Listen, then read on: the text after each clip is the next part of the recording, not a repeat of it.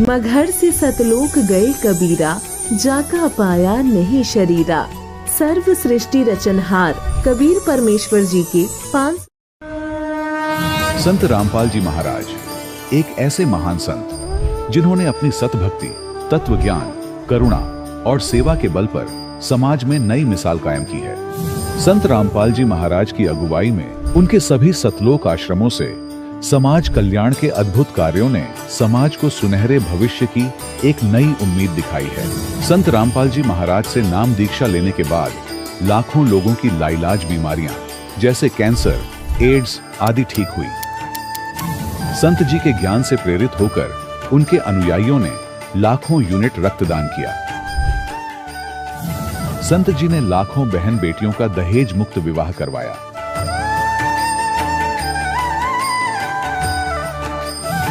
संत जी ने लाखों लोगों का नशा छुड़वाया, करोड़ों उजड़े परिवार बसे। संत जी के आश्रमों में समागम के दौरान निःशुल्क नेत्र चिकित्सा, दंत चिकित्सा प्रदान की जाती है। संत रामपाल जी महाराज द्वारा समय समय पर पर्यावरण संरक्षण के उद्देश्य से बड़े स्तर पर वृक्षारोपण किया जाता है। संत जी ने जरूरतमंदों को तत्काल राहत पहुंचाने के लिए एम्बुलेंस सेवा शुरू की। संत जी अपने अनुयायियों को देहदान के लिए प्रेरित करते हैं, जिससे मानवता की सेवा और चिकित्सा क्षेत्र में सुधार हो सके। संत रामपाल जी महाराज के सभी आश्रमों में हर रोज निःशुल्क भंडारा आयोजित किया जाता है, जहां हर वर्ग, हर जाति और हर धर्म के लोग एक साथ बैठकर भोजन करते हैं।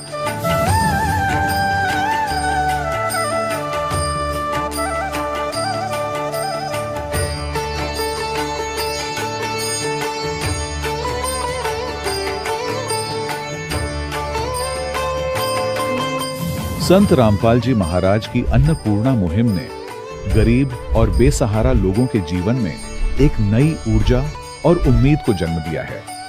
घर घर खाद्य सामग्री और जरूरी मदद पहुंचाकर संत रामपाल जी महाराज ने लोगों को दुख और मजबूरी से लड़ने की ताकत प्रदान की है।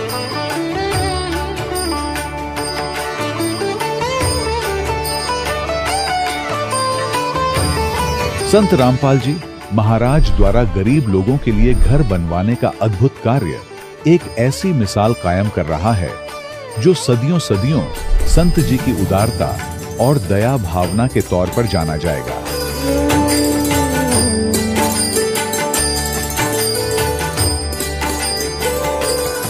संत रामपाल जी महाराज ने हरियाणा सहित भारत के कई राज्यों में आई भीषण बाढ़ से अनेक गांवों और किसानों को बड़ी राहत दिलाई। तत्काल लाखों फुट पाइप और हजारों मोटर उपलब्ध कराकर किसानों के खेतों और गांवों में भरे बाढ़ के पानी को बाहर निकालकर उनको नया जीवन दान प्रदान किया। आज संत रामपाल जी महाराज को किसानों के मसीहा के तौर पर देखा जा रहा है। जगह जगह उनके लिए सम्मान समारोह आयोजित हो रहे हैं। संत रामपाल जी महाराज के आश्रम में हजारों बुजुर्गों को सम्मान और प्यार के साथ जीवन जीने का अवसर मिलता है। उनके खाने, रहने और स्वास्थ्य की पूरी जिम्मेदारी संत रामपाल जी महाराज उठाते हैं।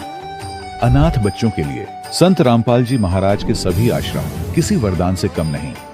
यहाँ उन्हें शिक्षा, संस्कार और भविष्य के लिए बेहतर अवसर प्रदान किए जाते हैं। चाहे बाढ़ हो, भूकंप या महामारी, संत रामपाल जी महाराज और उनके अनुयायी हमेशा ही जरूरतमंदों के लिए सबसे आगे खड़े रहते हैं।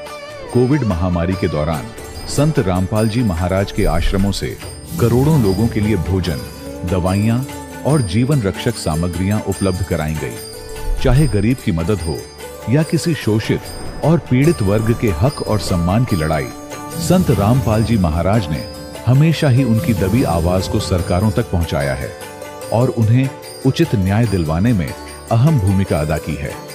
समाज में आध्यात्मिक और सामाजिक मूल्यों के प्रति जागरूकता लाने में संत रामपाल जी महाराज हर कदम पर मानवता के सच्चे सेवक साबित हुए हैं। संत रामपाल जी महाराज का जीवन हमें सिखाता है कि सच्ची सेवा वही है जो निस्वार्थ भाव से की जाए। आइए हम भी इस महान सेवा के कार्य में इस महान संत से जुड़ें और संत रामपाल जी महाराज से नाम दीक्षा लेकर अपने जीवन को धन्य बनाएं।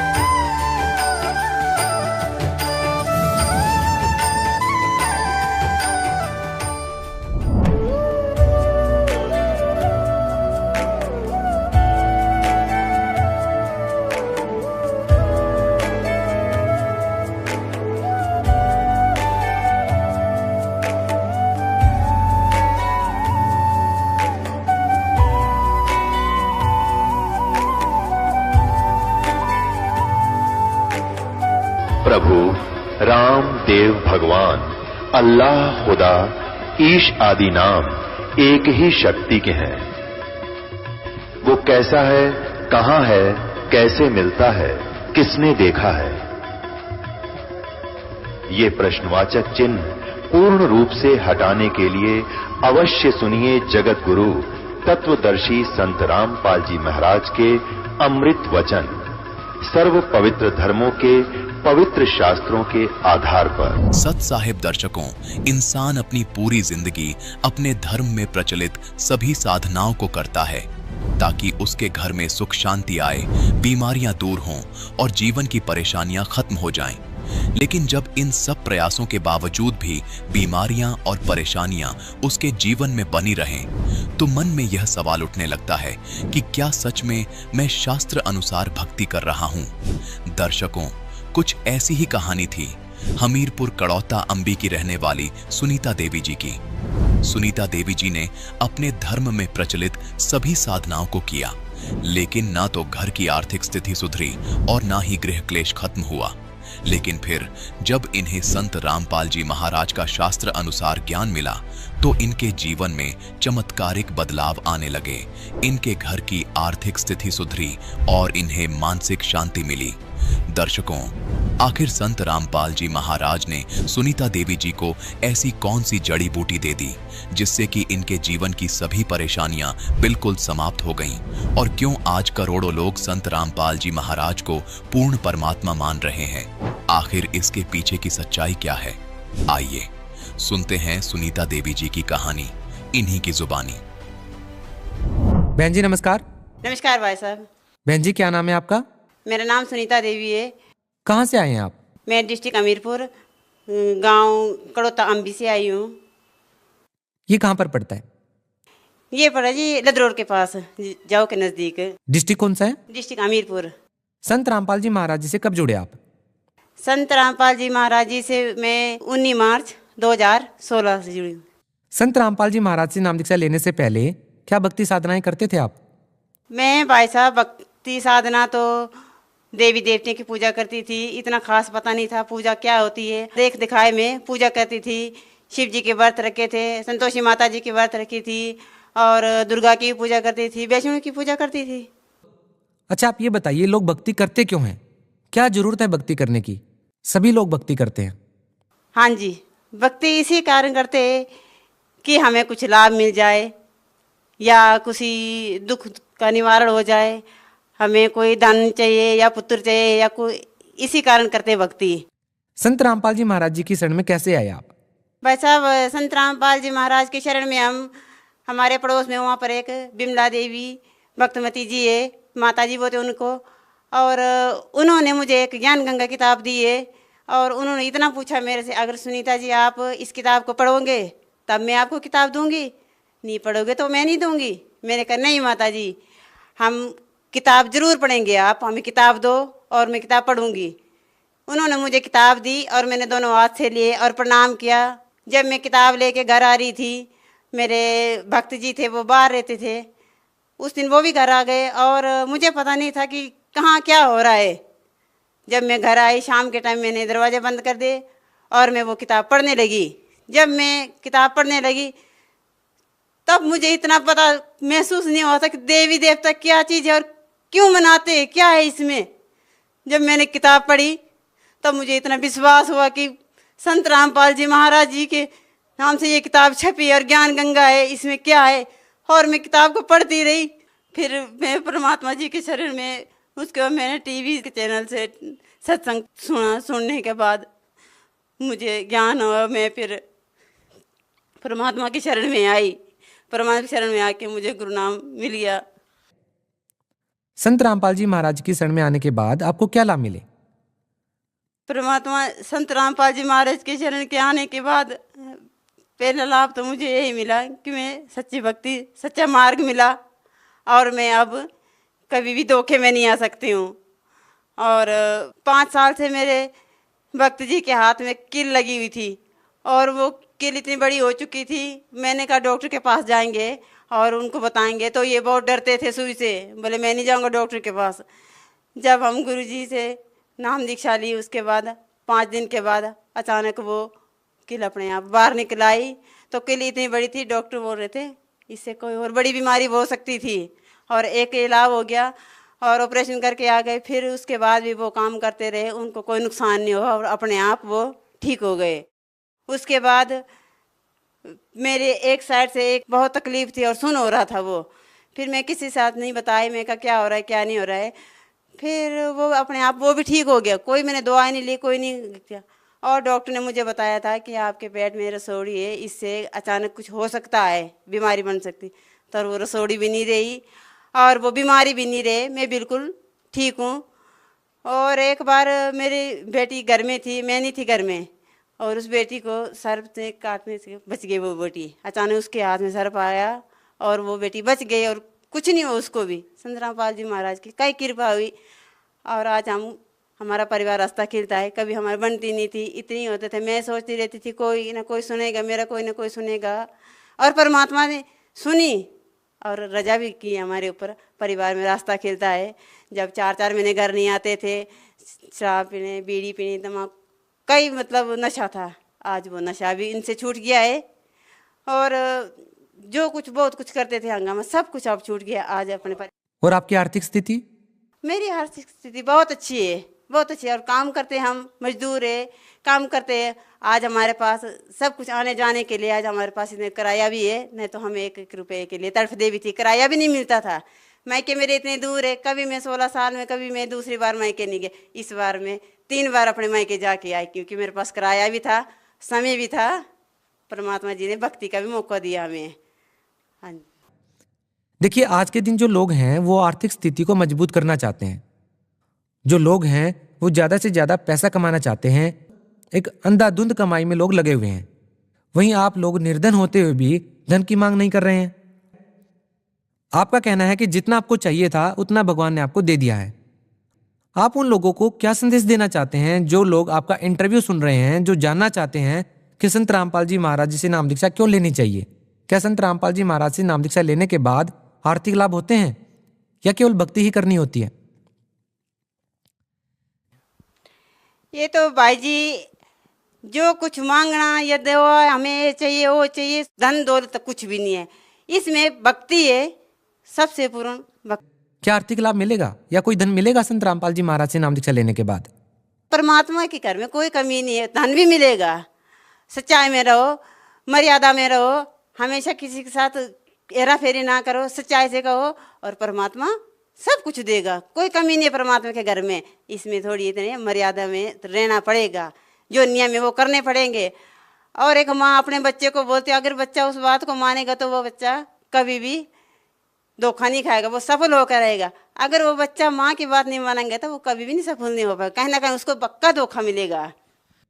उन आश्रमों में अमीर लोगों को अलग से सुविधाएं दी जाती हैं और जो गरीब लोग होते हैं उनके लिए अलग से सुविधाएं दी जाती हैं। टिकट का भी प्रबंध होता है। अमीर लोगों को आगे बिठाया जाता है, गरीब लोगों को पीछे बिठाया जाता है। जैसा कि आपने बताया कि आपकी आर्थिक स्थिति सही है, न ज्यादा अमीर है न ज्यादा गरीब है। आप लोगों के साथ सतलोक आश्रम में संत रामपाल जी महाराज के आश्रम में कैसा व्यवहार होता था? कैसा आप लोगों के साथ बर्ताव होता था?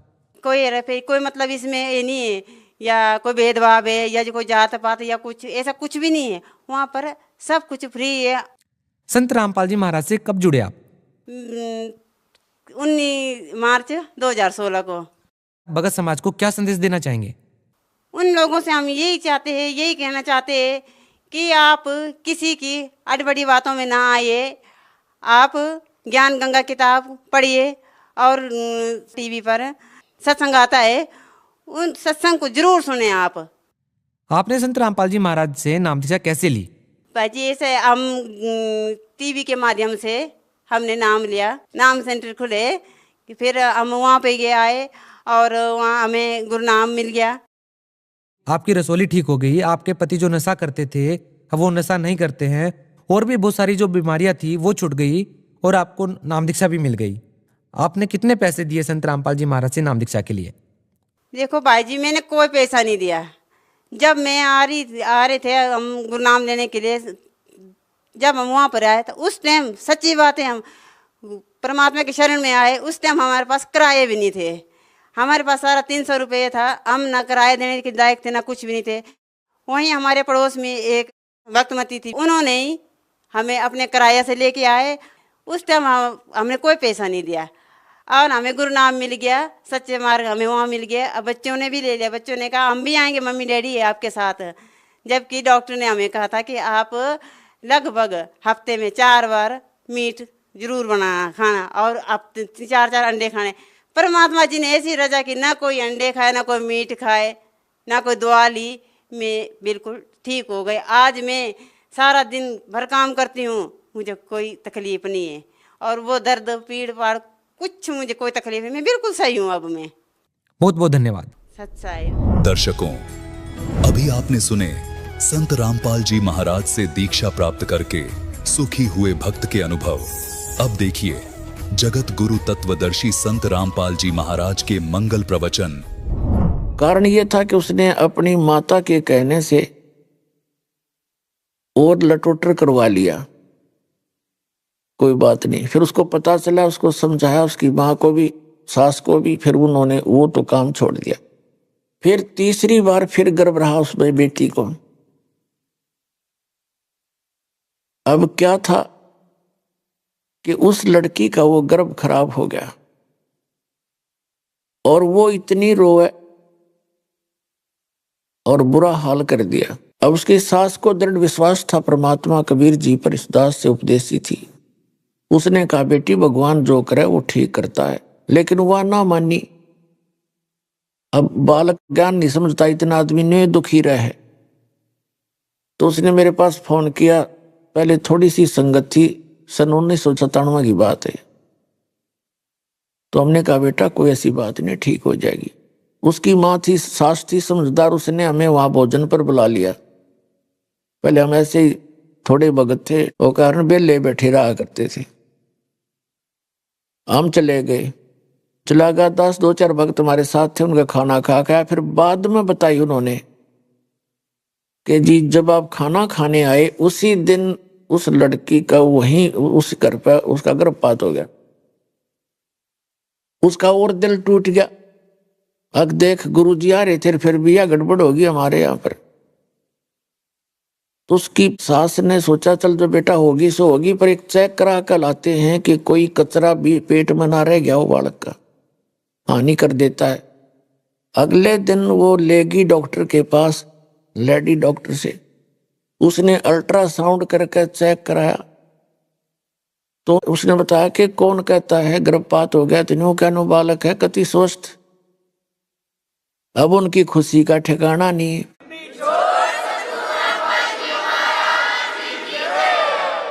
फिर मैंने कहा बेटी नाम दोबारा ले, तेरा अविश्वास हो गया भगवान में। अब नाम दोबारा लिया और बड़ी फूली फूली फिर खुश होगी, दृढ़ हुआ विश्वास। 3 महीने के बाद, पुराने समय की बात है, तो अल्ट्रासाउंड करते नहीं लड़का लड़की बताने का। 3 महीने के बाद उसने अपनी माँ के साथ जाके सास को छोड़कर अलग से और चेक कराने चली गई, लड़का है या लड़की, व लड़की पाई। फिर रोआ बुरी तरह अपनी सासू दोहरा के, बता लड़की होगी, हाय नू हो गया नू। उसकी सासू बोली बेटा तू चिंता ना करे, स्त्री लड़की ने मैं पाल दूंगी, मैं ब्याह दूंगी। मारा वो अच्छी नौकरी था उसका पति, माड़ा मन ना करे, तू भक्ति कर ले, नवलियों के फायदा हुआ। अपना आत्मा विचार करके देखो। ये मैं सिर्फ एक संसारिक व्यवहार की बात बता रहा हूं कि हम इतने कमजोर हो गए।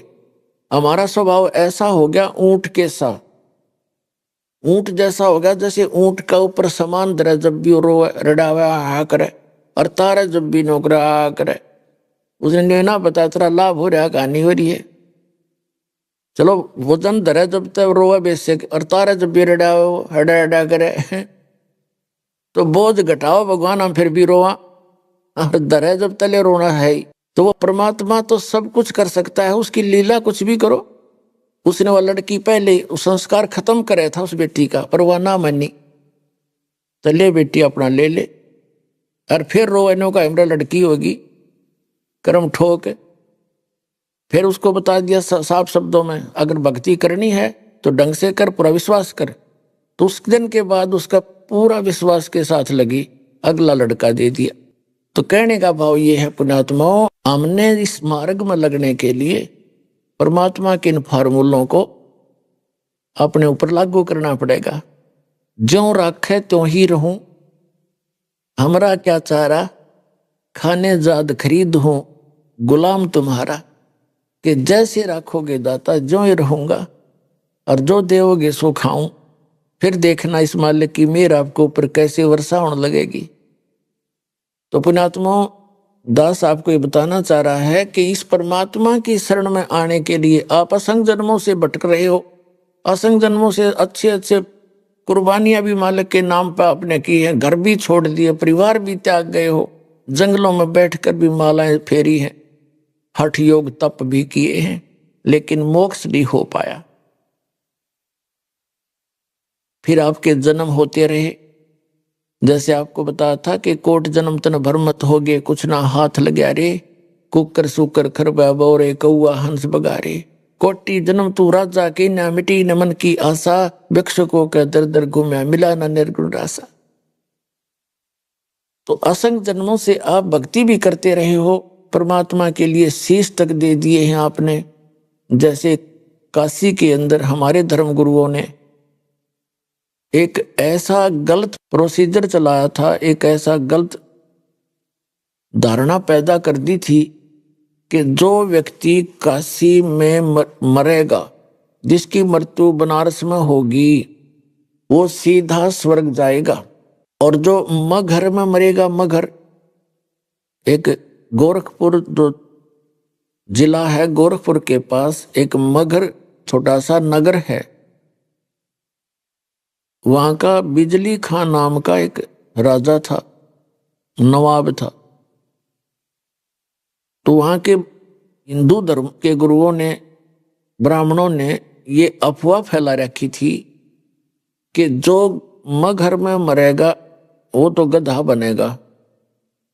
और क्योंकि उन्होंने बता रखा था कि भगवान शिव ने उस क्षेत्र को श्राप दे रखा है, और वहां एक नदी बहा करती थी, आमी नाम था उसका, आमी। उस दरिया को भी भगवान शंकर ने, जैसा कि ब्राह्मण लोग बताया करते थे, कि उस आमी नदी को भी श्राप दे दिया था, उसका जल सूख चुका था, खत्म हो गया था। तो वो सब कथाएं सुनाया करते थे कि मगहर में कोई मत मरियो, वहां तो गधा बनेगा, वहां मरने वाला, और काशी में जो मरता है वो सीधा स्वर्ग जाता है। परमात्मा कबीर जी कहा करते कि ये तुम्हारे धर्मगुरु गलत बता रहे हैं भक्तों, इन कख भी पता नहीं है, ये झूठे हैं। भाई अच्छी भक्ति करनिया आदमी, सही भक्त, सत साधना करने वाला धर्मी व्यक्ति कहीं भी मृत्यु को प्राप्त हो, वो पुण्य में लोकों में ही जाता है। ये झूठ बोलते हैं। लेकिन उस समय तो हमने उज्ज्वला दिखाई देता, वो भगवान दिखाई नहीं देता, क्योंकि हमारी अज्ञान का मोतिया बंद हो गया था हमारे को। इन हमारे धर्म गुरुओं ने हमारे ये अज्ञान का मोतिया बंद कर रखा था। उस समय उस परमात्मा की बात को कोई नहीं मानता था। यदि उनके शिष्य भी थे वो भी भ्रमित हो जाते थे, क्योंकि जो भ्रमित करने वाले व्यक्ति वो गणे थे। तो वहां उन सभी हिंदू समाज के जो व्यक्ति थे उनकी धारणा बन गई कि अब काशी में मृत्यु हो तो अच्छी बात है, हमारे गुरुजी बताते हैं, और वहां सीधा स्वर्ग जाएगा। तो धीरे धीरे ऐसी परंपरा पड़ गई कि जो पैसे वाले व्यक्ति थे, विशेषकर हमारे ब्राह्मण गुरुओं की आंट में, इनके जाल में ये लालाजी गणे फंस गए, ये बनिए। और उन्होंने अधिकतर, और भी जो कोई अच्छा पैसे वाला व्यक्ति था अन्य जाति का हिंदू, वो भी, तो उन्होंने सोचा कि जैसे उनके माता पिता कहने लगे, बेटा अपने गुरुजी बताते हैं कि काशी में यदि मृत्यु होती है तो स्वर्ग प्राप्ति होती है, तो मृत्यु मेरी निकट आ गई है बच्चों, मुझे कुछ दिन वहां ले चलो बनारस में, मेरी वहां मृत्यु हो जाए तो स्वर्ग मिल जाएगा। तो बच्चे सोचा करते हैं कि तुम्हारे माता पिता ने सारी उम्र तुम्हारे लिए कितनी मेहनत की, मजदूरी की, और तुम्हारे को कितने प्यार से पाला पोसा, और क्या हम इतना नहीं कर सकते? प्रत्येक बच्चा सोचेगा, जिसका अक्षमता होगी, कोशिश करेगा अपने माता पिता को हम पूरा सुख दें। तो उन्होंने ये स्वीकार कर लिया और काशी शहर के अंदर जाकर धर्मशाला किराए पर ले लेकर कमरे वहां रहने लग गए। और वहीं उनके धर्मगुरु भी होते थे। उन ब्राह्मणों से कथा सुनते अपनी धर्मशालाओं में जाके वहीं रहने लगे। उनके बच्चों ने उनकी व्यवस्था कर दी। फिर उन धर्मगुरुओं ने सोचा कि ये जो व्यक्ति हमारे जो शिष्य हैं ये कमरा लेकर रहते हैं। उन्होंने उनके बच्चों से कहा कि तुम अपने माता पिता को हमारे पास ही छोड़ दो, हम यहाँ रख लेंगे। अब वहाँ रखेंगे तो वो दक्षिणा अधिक देंगे, अंडरस्टूड था। तो वो ठीक है जी, आप रख लो, यहाँ आपके सानिध्य में रहेंगे और अच्छी बात है, कथा आपके ज्ञान सुना करेंगे, आपसे ज्यादा संपर्क में रहेंगे। तो वो भी शुरू कर दिया। उनके मान लीजिए धर्मशाला में 10 रुपये महीने में खर्चों थे, तो गुरुजी की दक्षिणा समेत वो 20 रुपये देने लगे महीने के। तो उन इस लालच में सभी ब्राह्मणों ने, ब्राह्मण का मतलब ये नहीं कि आम जन साधारण, ब्राह्मण जो गुरु पद पे थे उनका जिक्र है, उन्होंने अपने लालच में या आफत मोल ले ली। अब सब ने अपने माता और पिता, बूढ़े बूढ़े सारे वहां छोड़ दिया अपने अपने गुरुओं के पास। अब उन गुरुओं के पास हो गए 10-10 बूढ़ा बूढ़ी। पुण्यात्माओं वृद्धावस्था में तो एक बूढ़ा संभालना मुश्किल हो जाए और उनके गल में गल गई 10-10। अब उन्हें फिर मीटिंग करी, गया तो बात बिगड़ गई। उन्होंने मीटिंग करी, सारा ने कैसा करो, इनकी जल्दी टिकट काटो, यहां से जल्दी खत्म करो इनको। उन्होंने क्या अफवाह फैला दी कि गंगा के किनारे उन्होंने एक जैसे लकड़ी काटने का करौंत देखा हुआ आपने, आजकल तो ये आरे बन गए इसके बिजली के, वैसे होते हैं लकड़ी इनके पास आरे।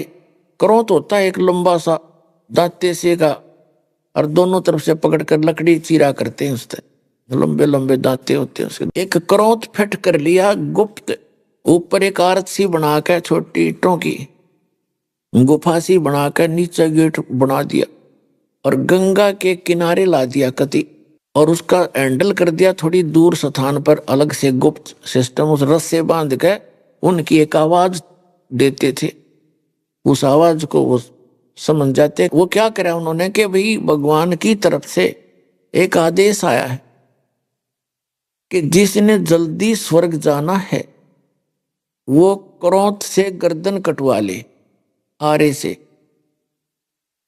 वो शीघ्र चला जाएगा। उसकी फीस रख दी 100 रुपये।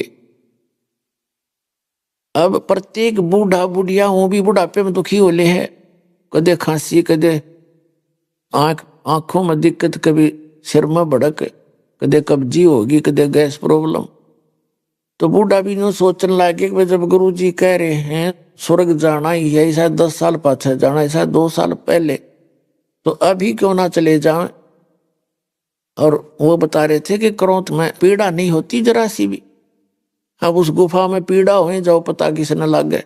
तो सब ने ये प्रार्थना अपने बच्चों से की कि बेटा हमने तो मरना ही है और हम भी दुखी हैं, यहाँ पर जल्दी चले जाएंगे, वहाँ सुख में स्थान है, आराम से रहा करेंगे। पुण्यात्माओं, इतने विश्वासी थे हम, इतने भगवान पर विश्वास करते थे, इन नकली गुरुओं पर इतना विश्वास करते थे, सिर काटने की कहा करते, हम सिर भी कटवाने लागे, लेकिन इनके पास कख नहीं था, बकवाद थी सारी। तो एक गजब की रिवाज पड़ गई हुआ, बूढ़ा बुढ़िया वृद्धावस्था में आप दुखी होले है, जो सोचे भगवान। पुण्यात्माओं, 60-65 वर्ष के बाद से पहले तो आदमी ने सोचा ही ना मरूं, अभी नहीं मरूं, और फिर ने सोचा भगवान मरना तो है पर ठीक ठाक मर जाऊं, कोई बीमारी ना हो, तो मतलब जल्दी मर जाऊं। फिर मरण की तो डेफिनेट होता है, उसके बाद मृत्यु तो आई, पर न सोचने लग जाए वैसे मर जाऊं पर ठीक ठाक मर जाऊं, भुगत का ना मरो। इस दृष्टिकोण से उन्होंने वो भी स्वीकार किया। अब कई बार ऐसा होता था कि वो आवाज लगाते कि हे भगवान, आपकी प्यारी आत्मा आ रही है, करौंत भेजो। वो दो एजेंट बैठे थे वो मूवमेंट कर देते उनका, वो करौंत आ जाता, 2 बहला देते हो गर्दन आर पार, और फिर वो वापस कर देते हो, ऊपर फिट हो जाता हो, दिखता नहीं, आर्च में गए। ऐसी आर्च बना दी इसके अंदर से, जैसे इसके नीचे से आता काट कर उल्टा इसका वहां फिट हो जाता ऊपर, और वो दिखता नहीं। तो वो आम आदमी भी हैरान भाई, कुछ भी नहीं करोता है यार, देख गर्दन कट गई माता पिता की। और उसको वहीं गंगा में सरका देते, अगो हो गया जल प्रवाह, लकड़िया की भी चिंता कोई ना, गंगा में सरका देते, ले भाई कर दो अंतिम संस्कार। फिर उनके स्वर्ग में भेज दिया, और फिर नो कहीं इसकी 13वीं करो, और फिर श्राद्ध शुरू करो। वो स्वर्ग में कित भेजा तुमने, देख किसी अक्ल मार रखी थी हमारी। तो कहने का भाव ये है पुण्यात्माओं के हमने वो गर्दन भी कटवानी शुरू कर ली, पर झूठों पर विश्वास करके, ताकि परमात्मा प्राप्ति हो जाए। तो इसलिए परमात्मा कहते हैं लख बर सूरा जूझ ही लख बर सावत दे, लख बर यति जहान में तब सतगुरु शरणा ले। लख बर सूरा यानी सूरवीर व्यक्ति एक बहुत पुण्यकर्मी प्राणी होता है, उसके अंदर भेदभाव नहीं होता, उसके अंदर दुराचार नहीं होता, उसके अंदर एक विशेष क्वालिटी होती है कि वो ना तो अन्याय किसी पर करया करे और ना अन्याय वो सहन कर सकता। अगर उसके साथ या कोई उसके समाज पर, उसके कौम के ऊपर कोई आपत्ति कोई पैदा करता है, तो वो उसको उसके साथ लड़ के कट के मर जाता है अपने धर्म और कर्म के लिए। उसको सूरवीर कहते हैं, उल्टे कदम नहीं हटाता परमार्थ के लिए। लख बर सूरा जूझ ही लख बर सावत दे। सावत शरीर होता था, जैसे पहले इतने अच्छी आत्मा होती थी पुण्यकर्मी प्राणी, उनका विशेष पुण्यकर्मी प्राणी जो होते थे, उनका हाथ या तो दोनों हाथ या एक हाथ घुटने से नीचे तक लंबा होता था। आदरणीय गरीबदास साहिब जी भी सावत थे, सावत शरीर था गरीबदास साहिब जी का, जो गांव छुड़ाने जिला जज्जरवाड़े का। दोनों हाथ घुटनों से नीचे तक जाया करते थे। लेकिन भक्ति ना मिला, सतगुरु नहीं मिला, तो भी दुखी रहेगा इंसान। तो कहते हैं लख बर सूरा जूझ ही लख बर सावत दे, और लख बर यति जहान में। जैसे हनुमान जैसे यति थे, कोई स्त्री ग्रहण करी नहीं। यति के अंदर भी एक विशेष गुण होता है, वो परमार्थ में अपना जीवन डिवोट कर देता है। जैसे पहले हनुमान जी बाली के भाई सुग्रीव का खास वफादार था, फिर श्री राम के ऊपर आपत्ति का पता लग गया तो उनके लिए जी जानते हैं अपना कति तन मन धन से समर्पित हो गया। तो इस प्रकार कहते हैं ऐसे ऐसे यति भी रहे, परमार्थ में आपने अपना जीवन भी लगा दिया, वो तो अच्छी बात है, लेकिन मोक्ष नहीं हुआ। लेकिन आगे चलकर ऐसी ही आत्माओं को ये समय मिलता है, क्योंकि उनका स्वभाव अच्छा रहता है, स्वार्थ नहीं परमार्थ रहता है, और भक्ति की कसक उनमें युगों युगों बनी रहती है। तो उनमें से आप हैं जिनको आज या सतगुरु परमात्मा कबीर जी की शरण प्राप्त हुई है। लख बर सूरा जूझ ही लख बर सावत दे, लख बर यति जहान में तब सतगुरु शरणा ले। फिर बताते हैं कि ये झूठे गुरुओं की आप पहचान नहीं कर सकते, झूठे और सच्चे की। जैसे ज्ञान के वक्ता की कोई कमी नहीं, कहते हैं वक्ता कोट अनंत है, श्रोता कोट अनंत, और दानी करोड़ अनंत है, वह बिरले साधु संत। फिर कहते हैं गोरख से ज्ञानी गणे, और सुख दे जति जिहान, और सीता सी बहु भारिया, ये संत दूर स्थान। परम संत का मिलना भी बड़ी मुश्किल है। कहते हैं गोरख जैसे ज्ञानी गणे, गोरख जी को परमात्मा मिले थे, परमेश्वर कबीर जी, क्योंकि परमात्मा के गुणों में लिखा है कि वो अच्छी आत्माओं को मिलते हैं, उनको ज्ञान सुनाते हैं। उन आत्माओं या अध्यात्म मार्ग के अंदर इतना अड़ंगा अड़ा दिया इन लोगों ने, अज्ञानी संतों ऋषि वर्तमान के कल योगियों ने। इन्होंने तो ऐसी बात बिगाड़ दी कि ऐसा नहीं हो सकता, भक्ति ऐसा नहीं हो सकता, ये संभव नहीं है, ऐसा नहीं है।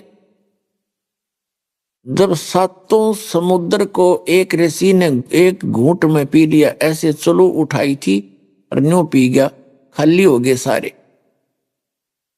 आज के इन कलयुगी ऋषि महर्षि इनका कति समझ में नहीं आवे, और विज्ञान के ये तोड़े हुए इनका कति समझ में नहीं आवे, ऐसा हो ही नहीं सकता। तो जहां बुद्धि हमारी इतनी गिरगी भी इसको ऊपर वही उठाना है, इसको अंधविश्वास कहा करते हैं। तो ब्लाइंड वो बात फेथ है, अंधविश्वास है, हम नहीं मानते।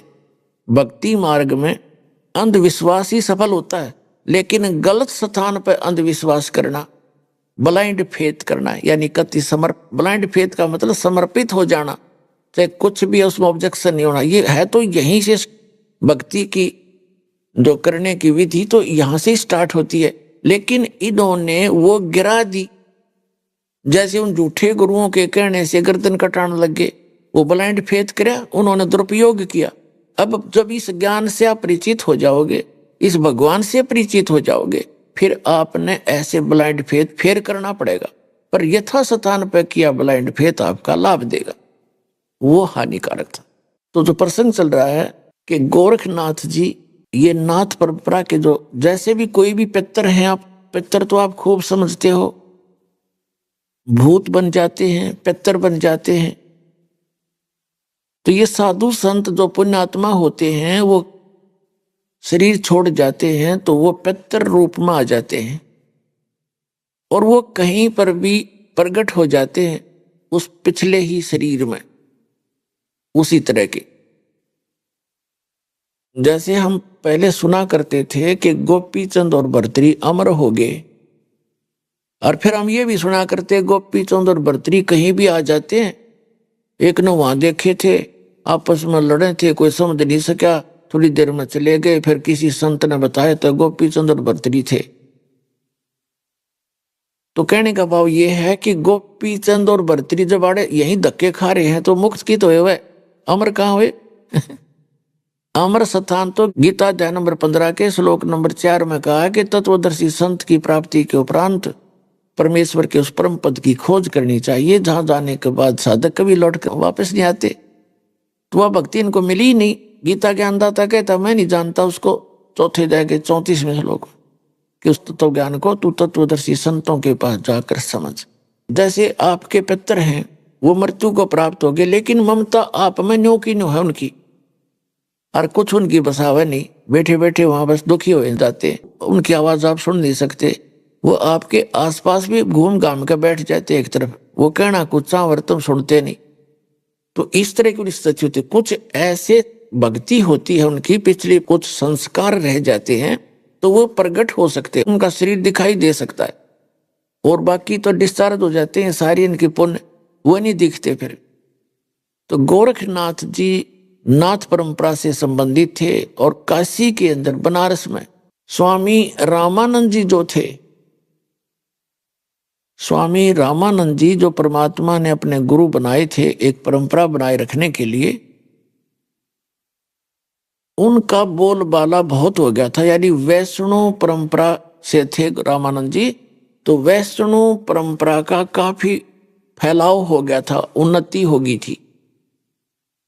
और नाथ परंपरा के केवल सिद्धि शादी करते रहते हैं, उनको ज्ञान घना होता नहीं। रामानंद जी ने 1400 ऋषि शिष्य बना रखे थे ब्राह्मण, और वो प्रचार किया करते थे। नाथ परंपरा सुकड़ गई थी, बिल्कुल थोड़े से रह गए थे किते किते, उनका कोई लोग आदर नहीं करते थे। तो इस दुख को देख के कहते हैं मैं मेरी के कारण ये हंसा खावैयम की लात, या मेर तेर ना छुटती। उसने देखा कि तुम्हारा नाथ पंथ बिल्कुल कमजोर कर दिया वैष्णव परंपरा वालों ने, तो गोरखनाथ जी आगे और उसने ऐलान कर दिया, अपने नाथों से कहा कि जाओ रामानंद जी से कहो कि एक सिद्ध महात्मा आए हैं, नूना बताया मैं गोरखनाथ आ रहा हूं, और उसके साथ गोष्ठी करो, जो आध्यात्मिक ज्ञान चर्चा करो, गोष्ठी। जो हार जाएगा, हारने वाला जो पराजित होगा वो जीतने वाले का शिष्य बनेगा, इंक्लूडिंग हिज डिसिपल। यानी उसके शिष्यों समेत उसने उसका शिष्य बनना पड़ेगा। अब रामानंद जी के पास ये पहुंची संदेशा। रामानंद जी ने सोचा कि ये सिद्ध पुरुष हैं, ये सिद्धि दिखा देंगे, जनता सारी ताली पीट देगी और सब मुझे हारा मान लेंगे, उसके साथ चेले बन जाएंगे और मुझे भी फिर मजबूरन या बात बिगड़ेगी। घना चिंतित हो गया। और यदि उसकी चुनौती स्वीकार नहीं करता है तो लोग जनता न्यों कहेगी बाहर गया फिर तो उसने यहां तक कह दिया था कि यदि हमारे साथ चर्चा नहीं करेंगे तो ये समझ लिया जाएगा कि रामानंद जी पराजित हो गए और उसके सब शिष्यों को हमारा शिष्य बनना कंपलसरी होगा। इस बात से वो गणे चिंतित हो गए और आप फेस नहीं करना चाहते थे। और परमात्मा कबीर जी उनके शिष्य बन चुके थे और उनको परिचित भी करा चुके थे सतलोक से कि ये गॉड है, कबीर गॉड है। उसको पता लग गया था रामानंद जी का। लेकिन परमात्मा ने कहा था कि अभी ये बात डिस्क्लोज ना करना और मुझे आप अपना एज ए शिष्य ट्रीट करते रहो, नहीं तो आने वाले समय में इन काल के दूतों का दाव लग जाएगा कि कबीर जी ने कौन सा गुरु बनाया था, वो तो धनी थे। तो ये नकली परम धनी आया था, यो शिवदयाल जी राधा स्वामी पंथ का प्रवर्तक, इसने भी गुरु नहीं बना रखा था, तो यो भूत बनया। और आज जब परमात्मा की ये परंपरा ना होती तो ये यूं कह देते कि कबीर जी ने कौन सा गुरु बनाया था। तो वो परंपरा बनाए रखने के लिए जब कबीर परमेश्वर जी को पता चला, 12-13 वर्ष की उम्र के बच्चे थे, यानी 5 वर्ष की आयु में तो परमात्मा से परिचित करा दिया था रामानंद जी को परमेश्वर ने। 5-7 वर्ष के बाद की बात है। तो परमात्मा ने कहा रामानंद जी को चिंतित देख करके, गुरुदेव आप किस बात से चिंतित हैं? रामानंद जी ने सारी कहानी बता दी कि परमात्मा ऐसी बात बिगड़ेगी, वो सिद्ध व्यक्ति है, छोटी सी जादूगरी दिखा देगा, दुनिया उसे विजयी घोषित कर देगी और यो काम बिगाड़ेगा। या भक्ति हमने मुश्किल से सिरे चढ़ाई थी, यहाँ काशी में तो सारे ऊट भूत की बकवाद चल रही थी। तब कबीर साहब ने कहा, देखो गुरुदेव, संतों का काम है अपनी साधना को बताना और मेंटेन रखना। अब उसने चैलेंज करे दिया है तो फेस करना चाहिए। अपन को हार जीत नहीं देखनी चाहिए। गुरु संता का काम हार जीत नहीं देखना होता, भगवान पर छोड़ देते हैं और चलो चलते हैं गुरु जी, आपकी आज्ञा हो तो देख लो। तो रामानंद जी को परमात्मा ने कहते करे करावे साइया, मन में लहर उठा। तो रामानंद जी का एकदम हौसला सा हुआ, भाई छोटा सा बालक, अरे ये तो है भी पूर्ण शक्ति। जब इसने कह दिया तो के बिगाड़ेगा नाथ जी अपना, वो तैयार हो लिए और उसका चैलेंज स्वीकार कर लिया। तो समय निर्धारित हो गया। तो क्या हो गया, गोरखनाथ जी एक त्रिशूल रखा करते 6-7 फुट लंबा और नीचे भाले की तरह नोकीला होता है, ऊपर उसके 3 ऐसे होते हैं और वो साथ में रखते थे। हिंसक पशुओं से बचने के लिए भी उसका प्रयोग करते थे। अपनी वो कंठी माला भी उसमें टांग लिया करते थे, जमीन पर ना रखें, अपना थैला थुल्ला भी उस पर टांग लेते थे, वो कपड़े टांग लेते थे, ऐसे उसका प्रयोग करते थे। तो कबीर साहब उस दिन सारी वेशभूषा बनाकर गए जैसे वैष्णो साधु की होती है, पूरा तिलक लगाना और यू टाइप ऊपर से लेकर नाक तक पूरा एक तिलक, और फिर कंठी माला एक तुलसी के मणिये की। कबीर साहब ने उस दिन वो सारा सांग कराया था और ये नकली कबीर पंथी टक उसकी लकीर पीट रहे। उस दिन इसलिए किया था उन्होंने कि उसको ये दिखाना था कि मैं भी वैष्णो परंपरा से संबंधित हूं और ऐसी वेशभूषा ना होता, वो वैष्णो ना मानना हो। हाथ में जोड़ी, एक फावड़ी, यानी सारा कुछ लेकर गए। रामानंद जी को अलग से आसन दे दिया, नाथ जी को अलग से आसन दे रखा था। नाथ जी ने अपने साथ में त्रिशूल भी गाड़ रखा था। परमात्मा कबीर जी रामानंद जी के चरणों में बैठ गए। रामानंद जी को थोड़ा ऊंचा आसन दे रखा था तकत वगैरह, और कबीर साहब नीचे बैठ गए उनके चरणों में। अब रामानंद जी ने कहा था, तुम साहेब तुम संत हो, तुम सतगुरु तुम हंस, गरीबदास तेरे रूप बिना और निधु जांस। कि वास्तव में संत भी आप हो, परमात्मा भी आप हो, सतगुरु भी आप हो, और एक अच्छे हंस और दास भी, भगत भी आप ही हो। जो भक्त में क्वालिटी होनी चाहिए गुरु जी के प्रति, जो मर्यादा मालिक आप ही निभा सकते हो। तो नीचे बैठिए। गोरखनाथ जी ने कहा कि रामानंद बोल कर चर्चा मेरे से। तब कबीर परमात्मा खड़े हुए और कहा, नाथ जी, गुरु जी से गोष्ठी करने से पहले उसके चेला तो निमट ले, आजा मेरे साथ आ। तो अब उस समय गोरखनाथ जी कहने लगे, कबीर तेरी क्या उम्र है और तू गोष्ठी करेगा मेरे साथ? तेरी क्यों साथ बोल दे रही है?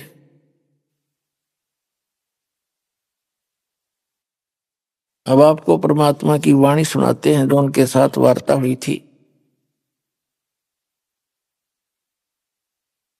गोरखनाथ जी ने कहा कि ए कबीर, तू कब से बन गया बैरागी, यानी वैष्णो कब से बन गया तू? तब परमात्मा ने कहा कि पहले तो ये सुन ले।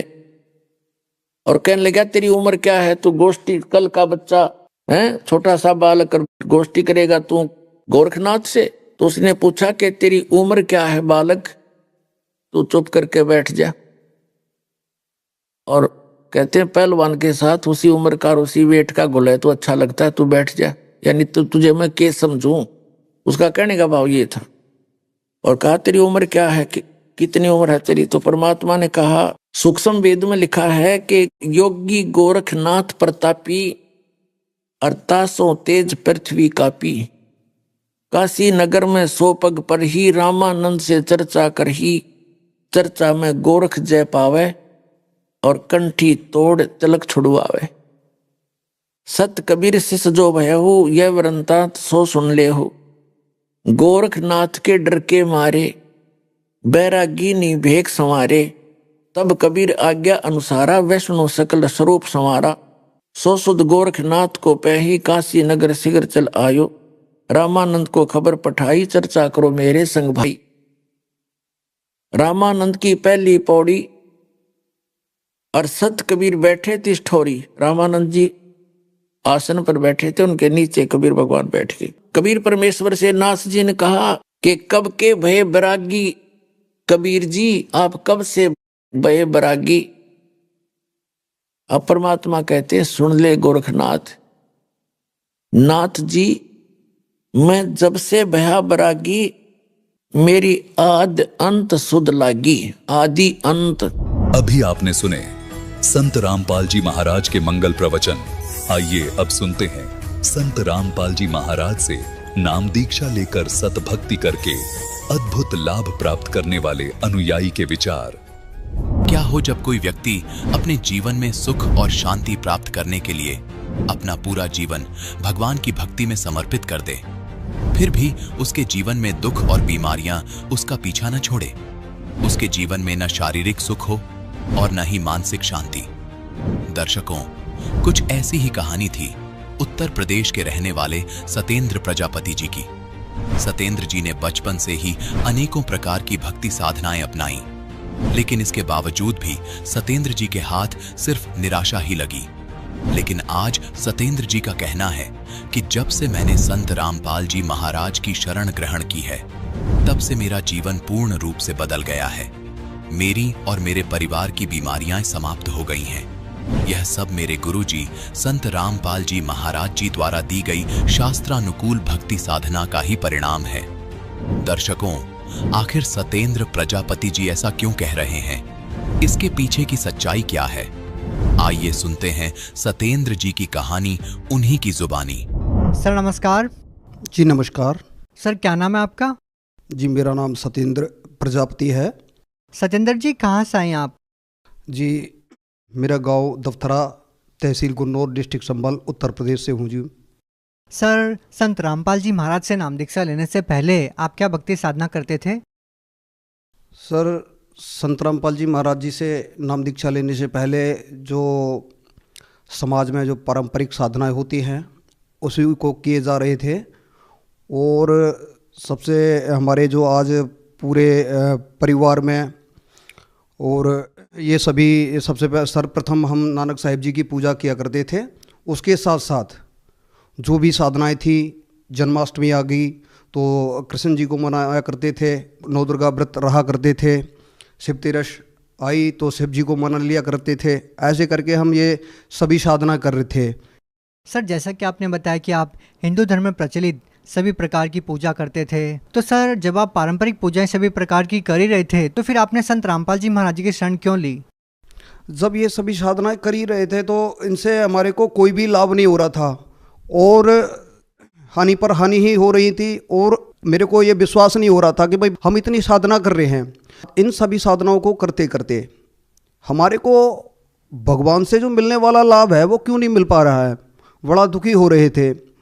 और इन सभी देवी देवताओं को, नानक साहिब जी को बड़े हृदय से पुकारा करते थे कि भगवान अगर वास्तविक आप भगवान हो तो हमारे को सुख दो, हमारे शरीर में सुख दो, हमारे को मतलब हर एक प्रकार से सुख दो।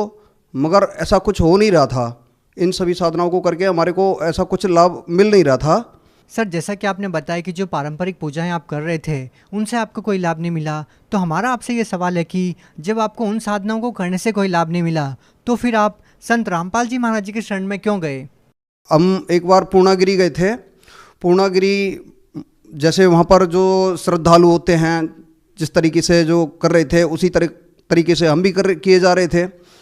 जब वहाँ घूमने के बाद में जब हम ट्रेन में आकर के बैठ गए तो वहाँ एक भगत संत रामपाल जी महाराज का शिष्य, उन्होंने मेरे को 10 रुपये की एक ज्ञान गंगा पुस्तक दी और वो सभी ले रहे थे उस पुस्तक को, तो मैंने भी ले लिया कि भाई सभी ले रहे हैं, भाई आप भी ले लो।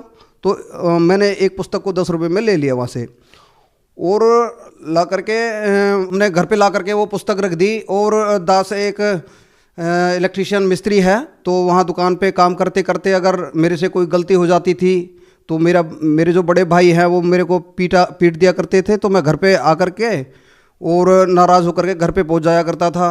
तो वहाँ पर मेरे मुंह में गुटखा भरा रहता था। ये सारे विषय किया करता था मैं। तो अंदर से ही प्रेरणा होती थी कि भाई तेरे घर में एक पुस्तक रखी है उसको पढ़ ले। तो उस पुस्तक को मैं उठा करके पढ़ने लग जाता। फिर मेरे अंदर प्रेरणा होती थी कि भाई गुटखा साफ़ कर ले, तो मैं उसको गुटखा साफ़ करता तो माँ कहती थी भाई तू तो बहुत बड़ा भगत जी बन गया, अभी तो गुटखा खा रहा था और अभी से तूने निकाल दिया, पुस्तक पढ़ने लग गया। तो ऐसा कुछ करते करते मेरे को ऐसे जो भाई मेरी पिटाई करते थे तो मैं बिल्कुल भूल जाता था। वो पुस्तक मुझे बिल्कुल शांत कर देती और फिर दूसरे दिन ही चाबी उठा करके अपनी दुकान पे चला जाता था और भूल जाता था कि भाई ने मेरी पिटाई की है। सर ऐसी कौन सी पुस्तक थी वो जिसको पढ़ने के बाद आपकी मानसिक परेशानी दूर हो जाती थी, मन को शांति मिलती थी? सर उस पुस्तक का नाम क्या है? जी उस पुस्तक का नाम ज्ञान गंगा है जी। उस पुस्तक को पढ़ने से, वह पुस्तक पढ़ने से मेरे को पूरी तरह से शांति मिल जाती थी और जो अंदर विकार उत्पन्न हुआ करते थे वो बिल्कुल सारे खत्म हो जाया करते थे। उस पुस्तक को पढ़ने से मतलब मैंने ज्ञान समझा और ज्ञान समझने के बाद में सतगुरुदेव जी से नाम दीक्षा ली। सर संत रामपाल जी महाराज से नाम दीक्षा लेने के बाद क्या आपको कोई लाभ मिला? क्योंकि हम जिस भी संत रामपाल जी महाराज जी के अनुयायी से मिलते हैं वो बताते हैं कि उनको नाम दीक्षा लेने के बाद अनेकों लाभ मिले। क्या आपको भी कोई लाभ मिला? मेरे को ये सबसे बड़ा लाभ ये मिला, मेरी शादी को 5 साल हो गए थे और पुत्र की प्राप्ति नहीं हो रही थी। तो संत रामपाल जी महाराज की शरण ग्रहण करके भक्ति करने से मुझे 2 बेटियां, 1 बेटा परमात्मा ने इस दास को दिए। एक छोटी बेटी जो है, दूसरे नंबर की जो बेटी है वो खेलते खेलते घर में खेल रही थी तो अंदर प्रवेश करते ही घर में वहाँ हमने एक प्रेस या हीटर लगाने के लिए एक बोर्ड लगा रखा है। तो वहाँ पर उस गुड़िया ने दोनों उंगली अपनी उस प्लग के अंदर डाल दी और वह बेटी तड़प तड़प के वह घर में ही मर गई। तो मेरी पत्नी बाहर काम कर रही थी तो वो किसी काम के लिए अंदर गई घर में, तो उसने देखा कि भाई बेटी ख़त्म हो गई है और उसने संत रामपाल जी महाराज को याद किया और उसने कहा संत रामपाल जी महाराज परमात्मा अगर आज ये बेटी मर गई तो आपसे मेरे पति का विश्वास उठ जाएगा, और जो गांव के अंदर जो भगत है वह भी आपसे विमुख हो जाएंगे। इसलिए परमात्मा, और जो मेरा बड़ा भाई है जेठ, वो भी हमारे को जीने नहीं देगा कि तुम्हारे गुरुजी भगवान थे तो आपके गुरुजी ने जिंदा क्यों ना करी। तो इतना कहते हुए उसने अपनी उस गुड़िया को उठा करके, जहाँ पर सदगुरुदेव जी का प्रणाम स्थल बना रखा है, वहाँ पर ले जा करके उसने उसको चरणामृत दिया। तो कुछ क्षण बाद वह बेटी उठ के खड़ी हो गई और गुरुजी की जहाँ पर तस्वीर लगी हुई थी वहाँ पर इशारा करके कहने लगी कि बाबा ने मुझे बचा लिया। बाबा गुरुजी की तस्वीर के सामने हाथ उठा करके कह रही थी, बाबा ने मुझे बचा लिया। और जी दास के साथ बहुत बार एक्सीडेंट भी हुआ है। परमात्मा ने उस एक्सीडेंट को भी बहुत हल्के में ही टाल दिया है। एक बार हम अपनी बाइक से आ रहे थे तो सामने बिल्कुल रास्ता खाली था, एक चौराहा था, नरेनी चौराहा, तो वहाँ पर हम बिल्कुल रास्ता साफ नज़र आ रहा था, तो हमने सोचा कि शायद निकल जाएंगे। फिर एक तफाक से एक रोडवेज आ गई। रोडवेज निकलते निकलते हमारी 90 की स्पीड पे बाइक थी, तो रोडवेज के पिछले हिस्से में जा करके लग गई। बहुत बड़ी टक्कर लगने के बावजूद भी संत रामपाल जी महाराज की दया से इस दास को वहाँ भी जीवन दान मिला।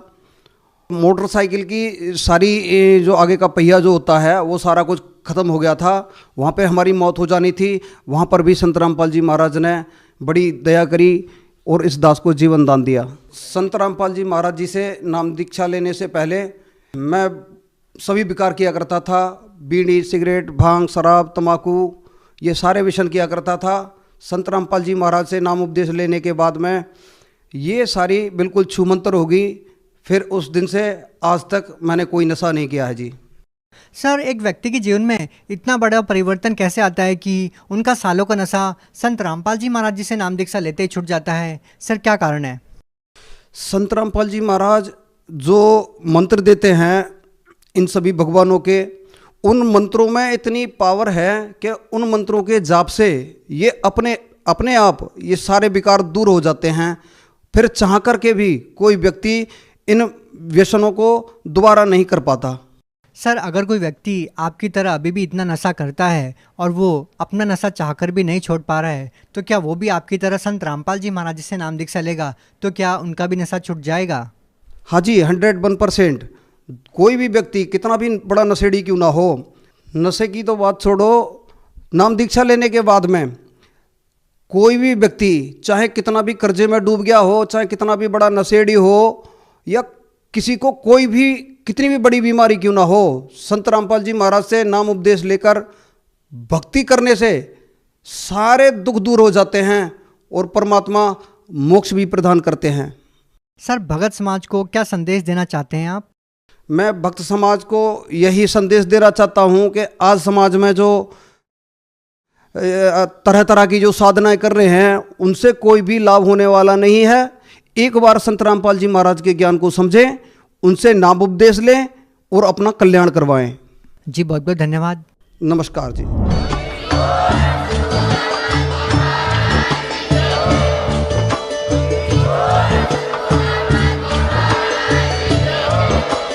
आप सुन रहे थे जगत गुरु तत्वदर्शी संत रामपाल जी महाराज जी के मंगल प्रवचन। अधिक जानकारी के लिए विजिट कीजिए हमारी वेबसाइट www.jagatgururampalji.org। संत रामपाल जी महाराज जी के शुभ आशीर्वाद से पूरे विश्व भर में 500 से भी ज्यादा नाम दीक्षा केंद्र हैं, जिन पर संत रामपाल जी महाराज जी द्वारा ऑनलाइन निशुल्क नाम दीक्षा दी जा रही है। अपने नजदीकी नाम दीक्षा केंद्र का पता करने के लिए संपर्क करें 8222880541। मगहर से सतलोक गए कबीरा, जाका पाया नहीं शरीरा। सर्व सृष्टि रचनहार कबीर परमेश्वर जी के 508वें निर्वाण दिवस के पावन उपलक्ष्य में दिनांक 27, 28 व 29 जनवरी 2026 को नेपाल सहित भारत के 13 सतलोक आश्रमों में 3 दिवसीय महासमागम का आयोजन किया जा रहा है। इस पवित्र अवसर पर दहेज मुक्त विवाह, रक्तदान शिविर, नेत्र जांच शिविर, दंत चिकित्सा शिविर, आध्यात्मिक प्रदर्शनी, विशाल सत्संग व विशाल भंडारे का आयोजन किया गया है। आप सभी को इस अद्वितीय कार्यक्रम में सादर आमंत्रित किया जाता है। आपसे विनम्र निवेदन है कि अपने परिवार सहित इस कार्यक्रम में पधार कर इस आयोजन की शोभा बढ़ाएं और जगत गुरु संत रामपाल जी महाराज जी के सानिध्य में होने वाले इस विशाल सत्संग व अमृतमय भंडारे का आनंद लें। इस भव्य कार्यक्रम का आयोजन सभी सतलोक आश्रमों में किया जाएगा। इस कार्यक्रम का सीधा प्रसारण सतलोक आश्रम श्री धनाना धाम तहसील गुहाना जिला सोनीपत हरियाणा से 29 जनवरी 2026 को सुबह 9:30 बजे से श्रद्धा टीवी चैनल, संत रामपाल जी महाराज यूट्यूब चैनल और स्पिरिचुअल लीडर संत रामपाल जी महाराज फेसबुक पेज पर भी देख सकते हैं।